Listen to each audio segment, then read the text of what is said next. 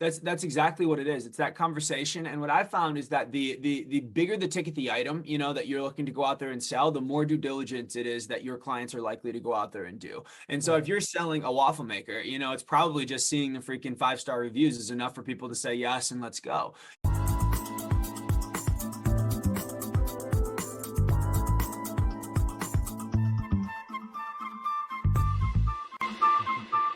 Hey everyone, welcome back to another episode of the Book More Show. It's Stuart Bell here, and today joined by Luke Hessler. Luke, how are you doing? I'm doing very well. How are you, Stuart? Good, thank you. Although we're recording at 9 o'clock and apparently I need more coffee to be able to speak properly.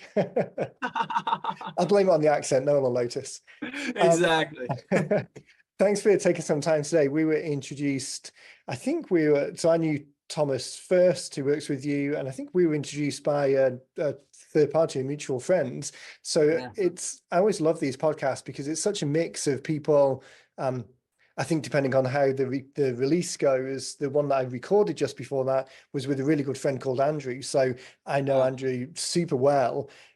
You and I have talked a couple of times, but I don't know what you guys do in as much detail. So this is going to be good because it'll be me diving into things at the same time that the audience are learning. So it's always nice doing it that way around because I can kind of proxy some of their questions through Absolutely what we're asking. So why don't we start with you own Ace Branding. So why don't we start with what Ace do, and then we can talk about the synergy or the overlap between or the supporting elements that we do, because I think this is going to be really interesting for people. Yeah, I really think so as well. So, well, first off, thank you so much for having me on. It's an honor and a pleasure to be here. So a little bit about us. So Ace Branding is a digital PR firm. Our mission is to serve those who serve others. So we look for impact-driven thought leaders, entrepreneurs, and businesses, and we want to amplify their voice through press, podcasts, and TV. So we have curated a network of hundreds of publications, thousands of podcasts, and dozens of TV networks that have pre-approved stories for qualified thought leaders and entrepreneurs. And so essentially, we want to go and take those individuals who have a voice and have a story, but maybe it's not heard as much, and we want to be able to go and amplify that voice. We do classify ourselves as a digital PR firm, and primarily is because everything that we do is digital. We really want to focus on people's online reputation. We think that we are transitioning into this digital age, and we still believe that first impressions last a lifetime, but in the digital age, oftentimes that first impression is from a Google search or a social media search rather than a handshake or a conversation. And so if we can anticipate that and then position our clients in a way that when people do look them up online, it conveys the same credibility and authority as if they were to have a conversation with them in real life, that gives our clients a massive competitive advantage and really empowers them to be able to go and succeed in this digital age. It's so interesting, isn't it? The fact that on the one hand, naming things like talking about we own an online company, or this is a digital PR. On the one hand, it kind of becomes less of an issue because everything is in part digital, but that loses some of it's good not to differentiate it and that be the be all and end all. But I think it's super important to differentiate it from a legacy PR firm or traditional PR firm or real life PR firm, because the expertise and the job of work that it's doing and the approach that you take, it's very different from what would have been done 15, 20 years ago, although it's kind of, I guess, getting further and further away now where there wasn't a digital element. But certainly the discipline and the speciality is different. Do you feel like with the people who you talk to, that kind of ability to really dial in and amplify this particular channel rather than all of the potential channels, it's a benefit? Yeah, I mean, I've found that this is just where people are moving. I mean, at the end of the day, like when you look at marketing in general, it's a cardinal rule that attention is the currency of marketing. And so wherever the attention is at, that's where all the marketing's at. So if you really think back on it from just a reality situation, it's like when people back in the day would wake up and they'd read the newspaper, and then they'd, drive to work and listen to the radio, and then they'd get home and they'd watch TV. And so where was everyone's attention? It was in, print advertising advertisements on in radio and on TV because that's where all the attention was. And so now there's just been a shift of attention, right? Everybody's just staring at this phone all day. And so Right. because that's happened, naturally, I think the shift of marketing and in turn PR as well has also gone out there and shifted there. And so that's really why we focus primarily on all digital versions of it. So even though we do TV appearances, for example, and that does go live on TV, which is great, but you also are going to get a recording of that. That's like a live link that will rank on Google for your name that you can then use for ads and like various things like this. And so even though there are some like traditional non-digital strategies that we also offer consultation on how to be able to implement those in the digital world to be able to Right. get results and see success in your business. And that's a great point. It's utilizing the tools in the channels that make the biggest difference. Someone hoping that they were to go on TV and that would be the be all and end all, the likelihood of that is a lot slimmer. Not to say it doesn't happen. It's similar to like the bestseller argument that we have with people. Our position is very kind of bestseller BS, the anti-bestseller approach, because a lot of people, there are a lot of other services out there that talk about write a bestseller, sit back and wait for people to knock on your door. You get all of these benefits as an author and people will come searching for you, which, I mean, there are definitely elements of that. And we want to amplify some of those points, just like you're talking about amplifying the elements, the digital elements of a old world TV appearance. But it's not the be all and end all. The likelihood of having that hit, that piece that just resonates, and it's like the idea of going viral. I mean, trying to orchestrate that, if it happens, it's a nice benefit, but trying to orchestrate that, very, very difficult.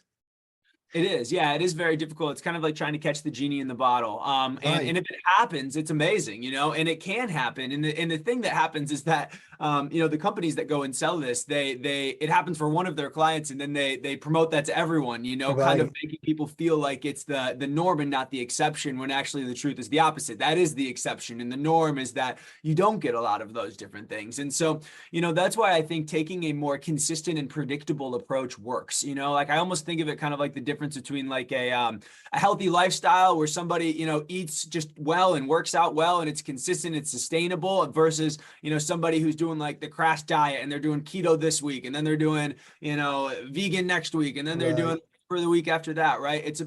I think it's about finding a sustainable approach where you can go and consistently go and put out content, on the internet through various channels, whatever you're most comfortable with, and then being able to control your own narrative. Because I believe that if you don't control your narrative, then what will happen is the algorithm's going to control your narrative. And the algorithm doesn't give a crap about you, all right?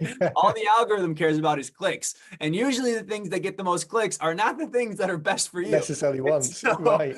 so we want to empower people so that they can control their own story and control their own narrative. Because the reality is that, what I've seen at least is that perception is reality, and digital perception becomes physical reality, right? It's like when you make a buying decision, think about just when you bought something on Amazon, right? You're looking at two different waffle makers, right? And you got one waffle maker with 5,000 5-star reviews, and you got another one with 5-star reviews. 99 out of 100 people are going to choose the one with 5,000 5-star reviews, Right. not because it's necessarily better, but they perceive it to be better based on those reviews. Granted, it's possible to buy and fake reviews on Amazon. So you could actually be buying an inferior product than the one with the 5-star reviews that's actually legit and better, but you don't know that. And so what happens is digital perception, so how you perceive things to be online, determines your physical reality, which are real life buying decisions that people create. And so again, this is some people will argue whether this is right or wrong or this and that. And it's like, to me, it doesn't matter, because It it's a is what it reality. is. It is what it is, right? And so Yeah. now the question is, how are you going to deal with it? How can you use that to your advantage? And that's what we like to be able to help people with. Yeah, those are such great points. That whole psychology around things. We have a framework that we use sometimes called the 8 micro yeses, and it's the idea that as someone's moving down a funnel towards something or on a conveyor belt towards something, then each of these yes points need to be yeses, otherwise they'll just kind of eject themselves out the side. So that credibility piece, that idea that we talk about this with the books, because for us the books aren't the product, the conversation, the opportunity for the conversation is the product. The book is just a mechanism for accelerating it a little bit. So Yeah.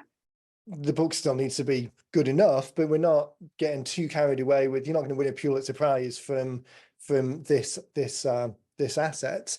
And Yeah. that's not the purpose. The purpose is that someone has, for some reason, seen the book, an ad, or has been given it by someone, or you're presenting it to them.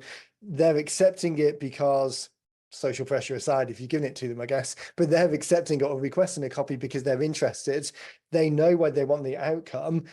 It's kind of yes, yes, yes, yes. They just need to, the content of the book, the table of contents, the call to action, all those things just need to keep them moving down that path. And the same with the press and the PR and the digital searching for a company or a business.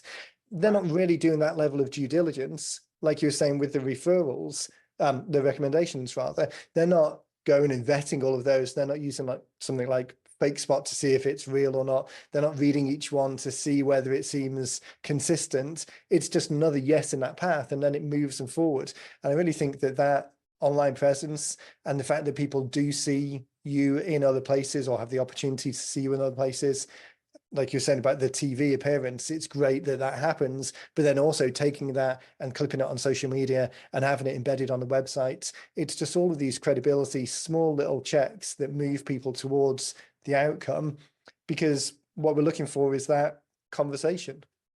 That's exactly what it is. It's that conversation. And what I found is that the bigger the ticket, the item, that you're looking to go out there and sell, the more due diligence it is that your clients are likely to go out there and do. And so if you're selling a waffle maker, it's probably just seeing the freaking 5-star reviews is enough for people to say yes and let's go. But if you are a keynote speaker who charges $50,000 or $10,000 for a keynote, or if you're a consultant who charges $10,000 a month, before people go and make these buying decisions, they are going to do actually pretty significant due diligence. And so Right. they probably not only will just do a Google search and be like, oh, wow, look at, he's in these articles. That's fine. They'll probably read them. They'll probably listen to some of the podcasts that you've done. They'll probably do this because they want to get to know you as a person.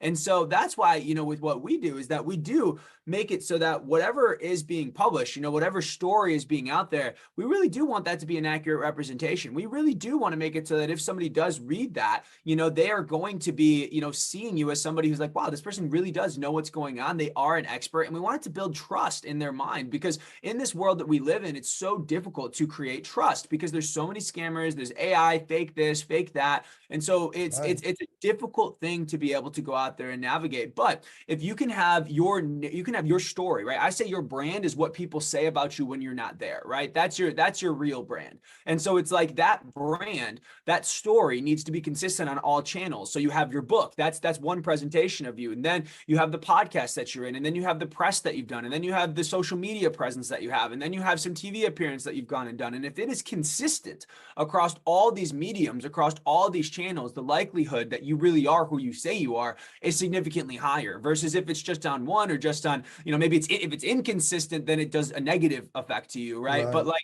these are the things that I think people should be thinking about. And I also really encourage people, whether they are they own a lawn mowing company, or whether they own an expert consulting deal working with Fortune 500s, like, I believe that building your brand, investing in that credibility, whether it be writing a book, whether it be getting PR, whether it be doing that is the direction that you need to go out there and go. Because, they say there was a recent statistic, I think it was in Adweek, it said that 82% of consumers do online research before making a buying decision. And that's, again, like, I literally just hired a lawn person for our house, and there's like 3 companies, and I'm online Googling all of them. I'm looking at what's going on, and like, you don't think of a lawn business as a digital business, but like, this is the world that we're living in nowadays. And the sooner that people can accept that, like, and then do something about it, then it's going to give them a huge advantage. And the people who don't and like continue to resist it, it's going to be really difficult to continue to compete in this marketplace as time goes on. Right. I was saying to someone a couple of weeks ago that I'm old enough to remember when pre-website days. So in the, and this is going back to the UK, so this is probably a little bit, maybe a year or two behind the US, but the late 90s, so Asda, which is I think they're owned by Walmart, so a big grocery chain in the UK. Can remember driving down the road with friends and seeing a Asda truck with the website on the back. And we were like young, early 20s, guys, we were quite interactive, like we were online at the time, but very Yeah. few people other were. I think even at that point, I had a corporate job, but didn't have an email address at work, which Wow. seems insane. Yeah. Insane and glorious in the same way. But yeah, seeing the truck going down the road, and it was a standout. We were driving behind it and we're talking about it as, oh yeah, this is the sign of it starting to cross the threshold. So back then, having a website was a novelty. Then it gets into being really expected. And now, if you don't have that online presence, it's, as you say, a detriment.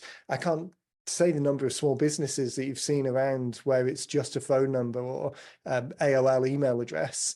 And there's something that dings credibility about those things. So the It is. breadth of your presence out there, I really like the reminder to people that people are looking, and if you're not controlling what goes out there, then there's either nothing, which is an impact, or there's maybe things that you wouldn't necessarily prefer to be out there, which is obviously even worse.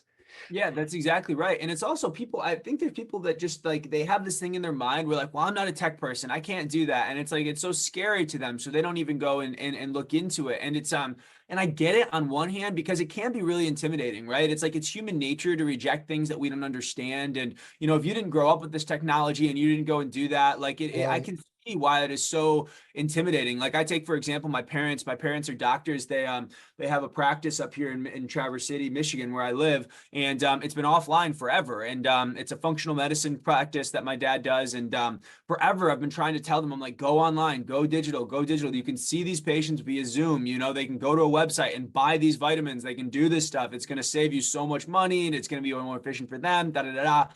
They resisted it for probably 5-6 years, and then literally just this year they decided to actually go all digital, all online. They did it. It was scary for them. They're not tech people at all. My dad Right. still barely knows how to open his iPhone. But I kind of walked them through some basic little things, that they can go and do, and they made the transition. And now from going and doing that, their profit margins have skyrocketed in what they're doing, because now their target market is no longer just the small geographical location of their Right. physical location, right? They can market to anybody on the planet or anybody in the country. They can those people don't have to drive to get their stuff. They can just hop on Zoom real quick from their own home. It's more convenient for them, right? Yeah. And so like it was my point is just like the imagination makes up this big thing in our mind that it's going to be such a scary, intimidating, hard to figure out thing, when it's really not. You just have to be willing to be teachable again, right? You have to be Yeah. humble enough to say, I don't know what I don't know, and be hungry enough to go and do your research, because quite frankly, with the internet, you have any questions, the answers are out there. If you're willing Yeah. to put in some time and energy, It's no you can longer find how to do it. It's not that hard. right, exactly. It's no longer a knowledge gap. It's the right knowledge and the time and effort and certainty that you're not wasting.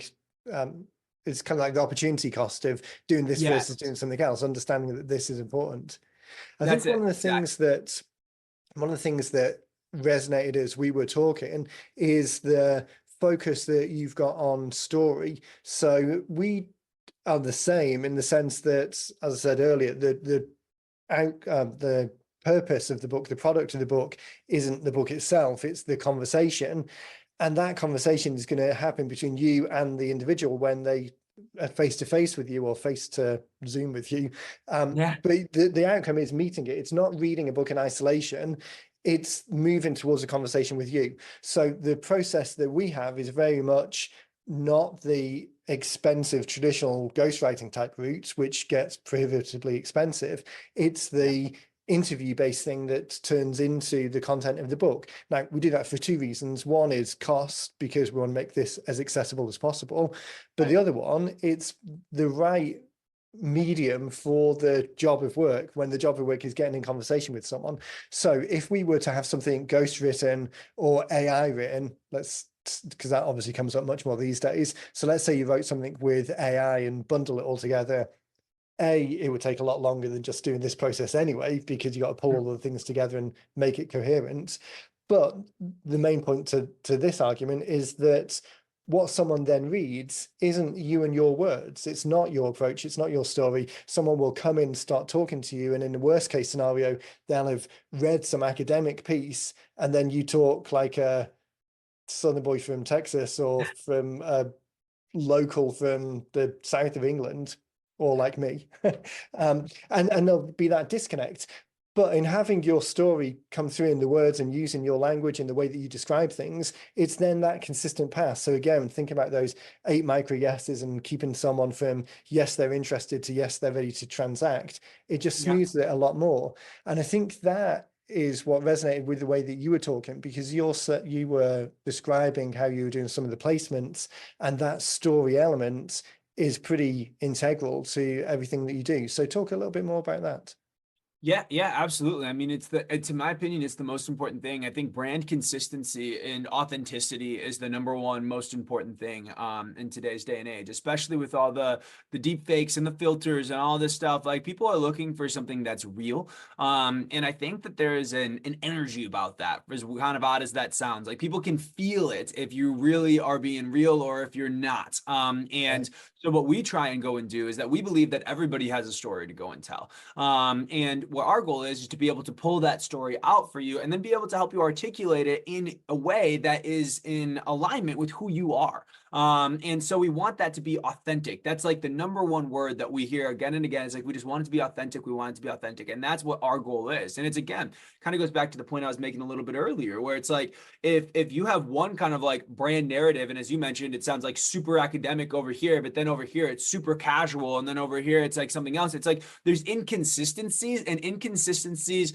leads to inauthenticity. That's what people think, you know? And so Right. that's where the consistency of who you are and how you show up is so important. And so yeah, before we even do any publishing, before we even do any, podcasts or anything like that, the first thing we do is we have a brand identity session with the client to make sure that we have clarity on the brand and the messaging and who we are and what we do. And we can objectively put that on paper and have something to point to and be like, hey, this is it. And everybody goes and agrees with that. And so I think that goes into a lot of what you guys talk about with the book as well. You have to have that authenticity. You have to be able to make it be in your voice so that when people actually talk to you in real life, like it's consistent with what they read. And the other thing I'll say is that your the strategy about kind of how like the product is the conversation, not even necessarily the book. It's a very similar perspective that we have. Like I have this thing where we call it the perceived credibility cycle. And there's like 4 steps to it. So it first starts with kind of like perceived credibility. So if somebody meets you online for the first time, they're going to look you up real quick. And in a matter of a second, they're going to perceive you as either credible or not credible. And in their mind, it's like, is this someone that can help me get what I want? Or is it not someone who can help me get what I want? Right. And in a Right. moment when they judge you, that's going to determine whether or not they answer the message that you sent them. Right. So if I DM somebody, they're going to click on my profile, judge it. And then in a second, they'll decide, should I respond or should I not?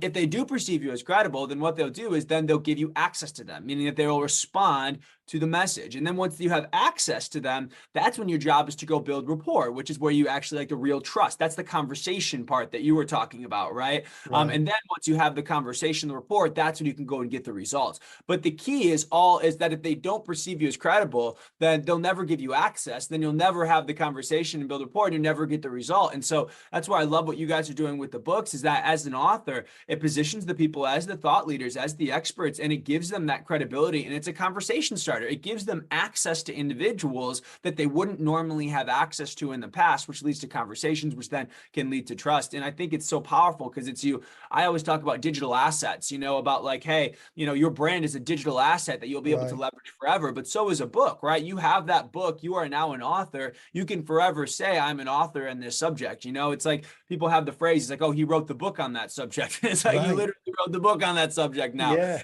You can say that forever. And so I think it's when you think of an ROI perspective, when people think about like brand and things like what we do with it, sometimes people are like, well, how many books do I need to sell to make my money back? And it's like, it's not the right thought, right? It's No. not the way to think about this. You have to think of like the lifetime ROI of what doors that book's going to open for you. And then now what does that look like? What deals do you do from there? And that's really, where you get the ROI from. And it's massive. It really is absolutely massive.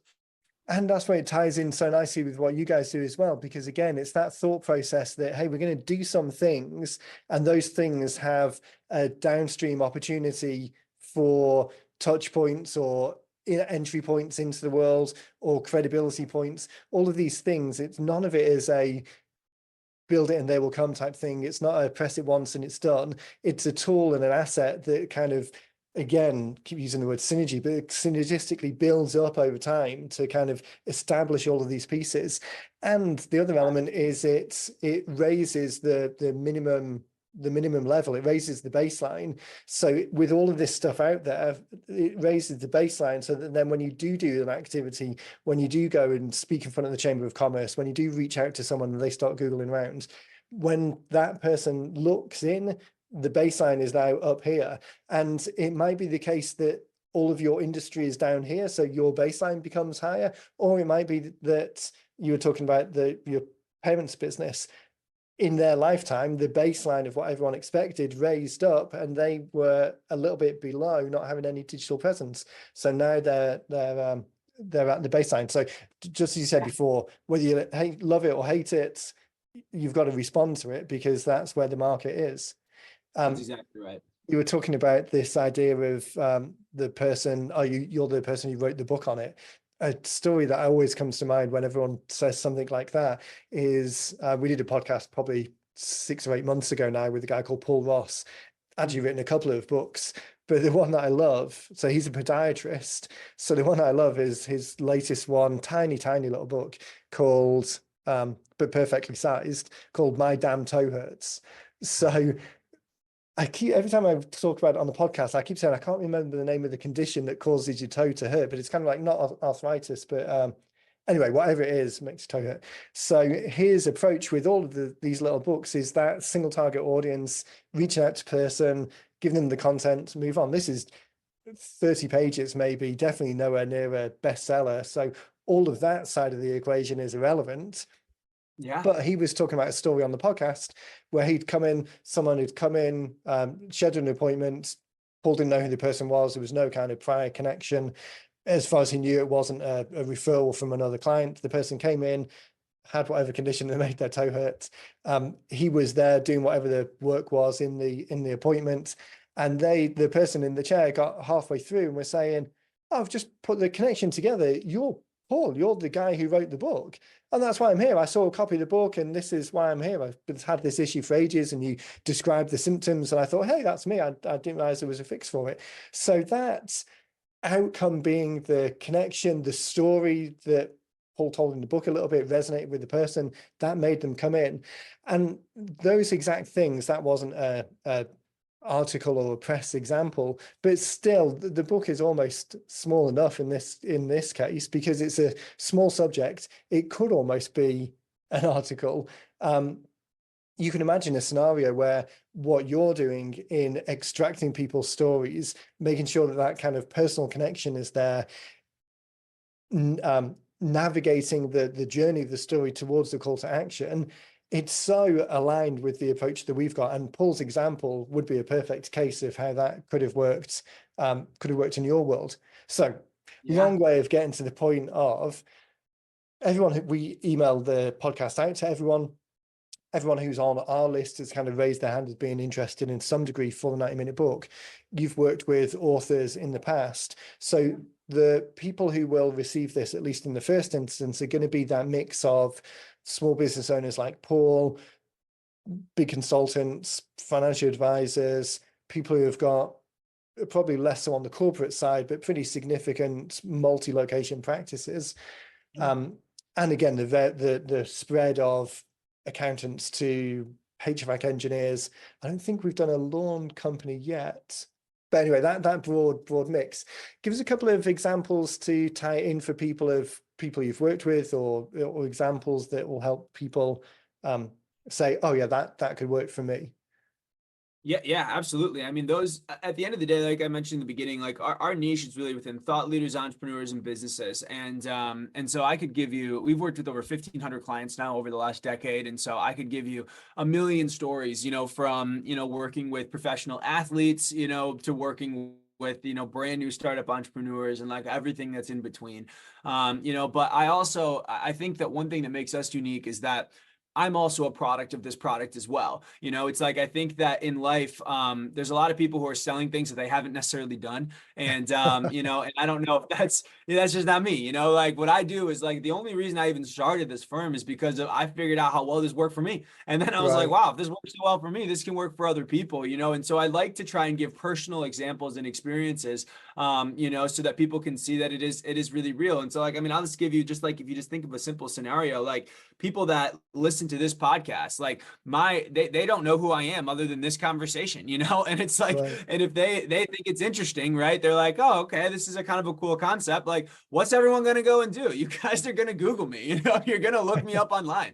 That's gonna be the thing. And then guess what? You're gonna judge based on what you see. And so it's like in a real life example of what's happening right now, this is what happens in the digital age. This is how conversations happen. Whether you're a financial advisor and someone's like, man, should I go with this guy or should I go with that guy? They're going to look you up and they're going to judge, you know, that whether you're somebody who is a consultant, right? Or whatever. Like I use lawn company because it seems like the most far out thing that like they wouldn't need a digital, you know, on Yeah. reputation, but you can, and it's valuable. And so, yeah, I really just encourage everybody to right now, just Google yourself. Okay. Like, I don't even know if you've done that before, but just Google yourself and what comes up and and now put yourself in the mind of a potential customer.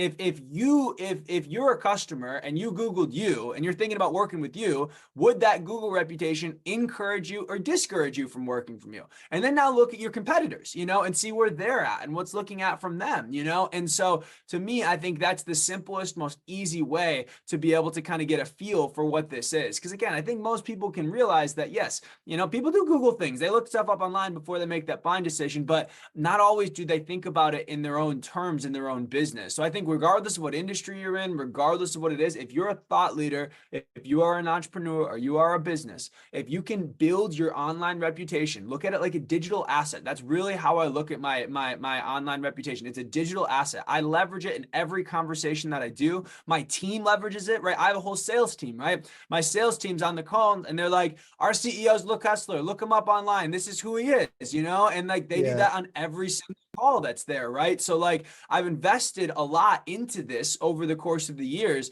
but like it's given me the biggest ROI out of everything that I've done. And the other thing to really consider, because I also I think it's important to build a professional brand online in the terms of like a business brand or an enterprise brand. I think that's important to do. But I also really try and encourage people to build their personal brands and focus on that, because at the end of the day, we're entrepreneurs, and oftentimes, you know, we like, you know, you're doing one thing today and then maybe you're doing something else tomorrow. Who knows what life's going to take you in 30 Right. years? Like I'm only 31 and I've done too many businesses at this point, you know? And so it's like if you don't build your personal brand, what happens is every time you start a new company, you start a new profession, you do a new thing, you have to start over, right? Because you build the brand of XYZ company, but now you're not building that. So now you got to start from scratch. But if you build your personal brand, like if you look at the brand of Luke Hessler, then what happens is I have a following of individuals. I've created a community of people who trust me. You know, they see me as somebody who's integritous, who does, you know, who does what he says he's going to do, who, you know, who is a good business owner, et cetera. And they trust me. And so whether I'm launching a digital PR firm, or maybe tomorrow I'm going to launch a course, or maybe the next day I'm going to go and freaking become a preacher and go, you know, spread the word of Jesus. You know, it's like, regardless of what it is, it's like there is an audience that's already there that has trust that I can go to. So I don't have to go and pay for ads. I don't have to go do that kind of stuff because I've Right. curated a reputation and a community. And I think that asset that you can build, if you can build that in the digital age that we live in, I really don't think there's going to be a more valuable asset. And I bought Bitcoin in 2017. Okay. So I'm telling you, and this is, I've gotten a better ROI on this than I've had on Bitcoin, which is saying something because that's going crazy. Yeah, that's it. It's planting seeds for the long run and then waiting for them to come to fruition. I th- Yeah. the That's personal brand element. Sorry. No, go ahead. I was just gonna say, but it's like the thing is it's like the hardest part, I think, is what you just mentioned. It's so key is that like people are so addicted to instant gratification. They want to spend $1 and make three immediately, you know, and Right. that's the marketing side of stuff, and that's good. You know, if you're running an ad, And that is exactly how it should be. But the brand is different. You have to have that long-term perspective. You have to have some delayed gratification. You got to have some depth of vision, and if you can have that, you know, you can really win. yeah, actually, that's a great point. I'm glad that I didn't cut you off because the idea that the money is in the long-term relationships with people. And this kind of burn and churn type idea, again, this example keeps coming up on podcasts as well, just because it's such a clear example. So it's the minority of people who execute immediately, particularly so it's different if you're a plumber and you're dealing with like a leaky pipe. That's a pretty pressing thing that needs to be sorted out within the next couple of minutes. But if someone wants to write a book, if someone thinks about executing a PR strategy, if someone's thinking about developing their personal brands, that's probably something, and we've been in business as well 10 years, so we're on a similar kind of time frame there. You'll see it as well. People will get on the calendar, and when you look back, they joined the list 6, 7, 8 years ago. It just today wasn't the day for them. So this idea that it's the work that you do now has seeds, but it's an investment into that future part of return, not just that burn and churn of here's an ad and I've got a 15-day attribution window. In fact, the podcast that I recorded with Andrew last week, I think he was saying that Google's attribution window used to be 30 days, but they've just reduced it to something like 15 because they've decided that across the board, they can't, because there's so many inputs into the system, they can't accurately give an attribution beyond 15 days, because by that point, it just gets so diverse. So as soon as you switch your mind away from that short-term return into long-term asset building. So the example I always give is a friend of ours called Kenny, realtor up in Massachusetts. He purged his list of people who he had no sign of life from for more than, I think it was quite a big time, like 2 years or something. If there was no sign of life, he wanted to purge them off the list.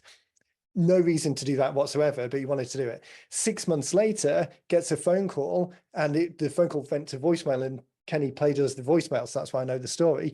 And it was a guy who reached out saying, hey, Kenny, it's Bob here. Hope this is your number. Sorry, I must have done something to get off your list. I used to get your Market Watch all the time, but I haven't received it for a while. Anyway, I hope this is your number. Unfortunately, my sister died recently, so we're going to sell her house and our house, and then we're going to relocate further inland. Give me a shout.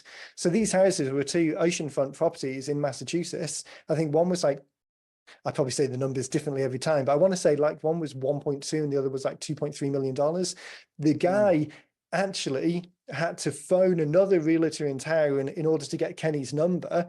So, I mean, which clients normally would do that? But the point of it is Kenny had built a rapport with someone. That someone knew that they wanted to do something at some point in the future. It's just today wasn't the day for them. So they stayed in it for the long haul. And that's where I think a lot of the work that both of us do ties in. We're creating things that give people a reason to raise their hand in the first place. For us, it's book. For you, it's media placement. For both of us, there's a strong call to action in those elements. But then it's the long-term relationship that it's building with people. It's setting up that jumping off point for all of the other things that can tie in. That's it. And it's such an interesting point in today's day and age that he was able to build that strong of rapport with somebody who he had never met. Like they never met ever, but the person had that much respect for him that he's freaking calling other realtors to get to his phone and go out there and get there. Like that's possible in the digital age. If you do it right and you add value and you build that brand, like you can quite literally have the rapport and respect from people all over the country and the world who you've never met before, but they have had a positive impact on their life from the information that you've provided, whether it's from a book, whether it's from a podcast you're on, whether it's a social media post, whether it's articles you're putting out, it doesn't matter. That is it's such a huge thing. But if you're not putting yourself out there, you're just, man, it's gonna be hard to win. It really is.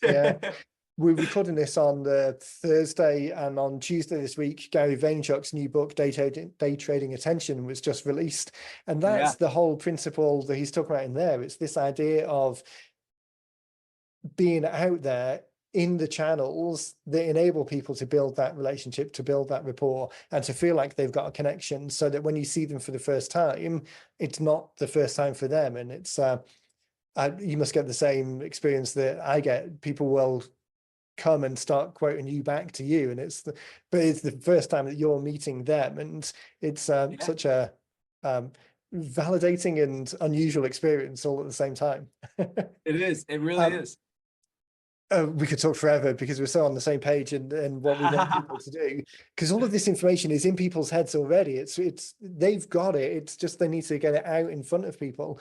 I want to make sure two things. One, that we give people a path to get to you so that they can find out more about what you guys do. The other one, though, what's the first step? So people have been listening, they've been on the podcast list for a while. So everything that I preach, they've heard me say that before. So they're kind of predisposed to this kind of mindset. They're listening to you talk about media placements and articles and podcasts and TV as a way of getting out there. We've talked about bringing that story in, so it's very consistent with the way that we approach. What's a way of people getting started, as well as kind of reaching out to you? But what's the best way of them to start thinking about that journey? Yeah, so I would say two things. Number one is that, you know, the journey of 1,000 miles starts with a single step, right? And so, like, if you have not committed to this philosophy and committed to this belief that, you know what, I do need to start building my brand, I do need to start investing in this, I do need to do that, like that's the first thing. You've got to make that decision. Because until you make that decision, you're not in the game, you're not playing yet, right? And Right. so and some people are like, well, I'm too old, I can't do it, you know, I should have done a while ago, you know, like I'm under the philosophy that, you know, the best time to plant a tree was 100 years ago, and the second best time is today, right? Yeah, exactly. And so that's what I would encourage everyone that's listening to this, is just make that day today.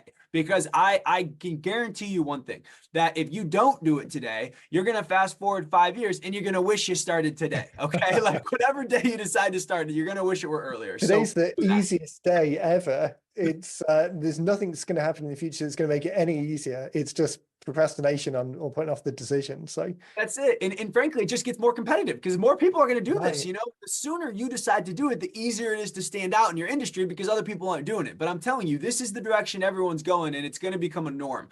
Just like the email address or the website thing that you were talking about, right? Right. Like this is the direction society is going. So make that decision today. Number one. Number two is that, you know, if you want to work with us with anything, what we basically offer is we offer a no commitment consultation, where it's a discovery call. It's 15 minutes. And basically what we do is we just hop on and we see if we can get you featured in the media, right? So not every story and every person we can go out there and get published and get, you know, on articles on and things like that. And so we want to get to know you a little bit, see if we can go out there and help it. And then if it does, like if we can actually go and help you based on that conversation, then what we do is we put together a complimentary PR plan for you.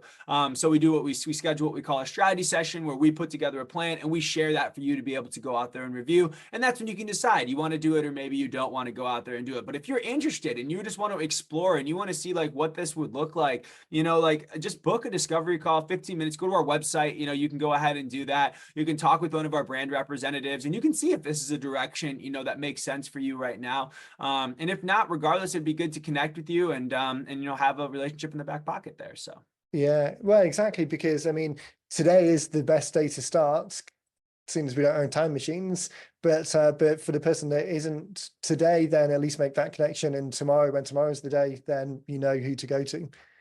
yeah, well, here's what I tell people is it's like, again, I think there's a difference between like making the decision that you're going to do it and then actually paying for it, you know, because the reality is it's like, I'm going to decide to go and build my brand and go and do this. That's huge. So yeah, I mean, I think that there's a difference between when you make the decision that you're going to like start going in this direction and going down this path and when you actually pay for it. I know that is for me, you know, because it's like oftentimes when someone makes the decision, the next step isn't just, you know, paying for it. It's now figuring out like what plan do I want to go and take? It's exploring what direction do I want to go? Should I start with a book? Should I do PR? Should I do the podcast? Should I do this? And the answer is that it's different for everyone. You don't know. So your first goal is to figure out what is the next step. And the way that you do that is just by exploring the various options, you know, that are there. And so that's why I really encourage people, like when we do these discovery calls, it really is a discovery call. We want to figure out where you're at, where you want to be, and how we can help you get from where you're at to where you want to be. And we value relationships. And so we're not just going to sell you something that you don't need because it's going to be one and done and you're going to be gone. You know, what we want to do is we want to put together a long-term plan for you where we can be your PR partner for life. And if today's not the right time, you know, for you to go and do this, and it's time for something, you should do something else first, then we're going to be honest with you with that. And we're going to tell you that. And so I just always encourage people. It's like they get sometimes a little bit scared, like, because it's like, oh, I'm going to do this. But then it's like, oh, I can't afford it. I can't do that. I can't do that. It's like, okay, fine. All right. The first goal isn't to pay for it. It's like, let's get a plan. And now once you know Right. the plan, now you have a price. It's like, hey, this plan costs this much. Now you can be like, all right, how can I save up that money? Right. And so you're like, it's taking it step by step and heading in that direction. That's the key, in my opinion. Yeah, such a great point. That kind of mental thought switch into, okay, this is something I'm going to do. And now I'm going to put, even if it's subconscious, now I'm going to pay attention to this kind of element of the world and how I can play in that playground. And then the doing the things, as you say, might be today, might be tomorrow, but at least having that kind of mental switch into, okay, this is the way that I'm going to approach things, because you don't know what opportunities come up. I mean, if you've thought about PR and article placement for the past couple of years, but it's just been oh, maybe it's something I'll get to at some point. Now you make the decision, no, in the next 12 months, this is something I'm going to do. Almost certainly this conversation is going to come up, but other opportunities are going to present themselves as well, because that little bit of your brain has just decided that, okay, this is going to take some focus now. Exactly. Such a great conversation. We really should circle back in a few months and kind of check back in and give people the next level or more encouragement to take that step. Yeah. Okay, so two things then. One, I'll link to your LinkedIn on the show notes, so as people are listening, they can just click through and that will link you guys directly. The website, what's the best place for people to go on the website so they can find out more? Yeah, so if they just go to acebranding.com, there's a contact button at the bottom. You can like get in touch with us. You can schedule a discovery call, connect with one of our brand consultants. Fantastic. And then the last point, that chart that's on the wall over your shoulder, is that ticking off the year as it goes through? Yeah, it is. It's like a weeks of my life chart. So it's broken down into like every little square is a week, and then there's like Okay. squares for the month. And so yeah, that's my life. So it shows 100 years. Like that's the full thing. And so that's what Oh, wow. that's what 31 of them filled out looks like so far. So it That's fantastic. I was looking at it over your shoulder. perspective. I saw a tweet from someone earlier in the month saying, hey, just, oh, it must have been at the beginning of the month, obviously. Oh, by the way, we're a third of the way through the year already. How's it going? And it was puts it very much in your face. So that's as people are looking in the background there, that's a reminder that hey, if you ever thought about doing this type of thing, then those boxes are going to fill pretty quickly. So crack on. They do. It's facts. So true. So true. Yeah. Luke, real pleasure, buddy. When we were talking a couple of weeks ago and decided to do the podcast, I knew this was going to be a good hit and really resonate with the audience. So as I say, show notes are in the podcast player and on the website. So wherever people are listening, they can just click straight through, and really recommend doing that discovery call, because it's eye-opening and just gives more opportunities to get you as a presence, as a brand out there. Yeah, absolutely. And I appreciate you for having me on, Stuart. You're just one of those people. You're so genuine, you're so authentic, you're so real. And that's just it's not normal in this world that we live in here Right. today. And it's I'm really not. gonna And so wait I for the just feedback from the podcast, because I think we're similar, that we love what we're doing. We really want to just shake people a little bit and say, hey, this is an opportunity. So I'm waiting for the feedback to say, hey, finally Stuart had someone on a guest that speaks as fast as he does. So it's good to get the message out there. Yeah. Good luck keeping up with that. If they try to listen to it at 2x speed, it's gonna be tough for them. Perfect. All right, buddy. Well, really appreciate it. We'll circle back for sure and check back in with the audience. Everyone, as you're listening, thanks again. Make sure you check out those show notes, and that discovery call is a real good call to action, something to do this week before another one of those blocks fills in. So, Luke, thank you again. Everyone, thanks for listening, and we'll catch you in the next one. Take care, everybody.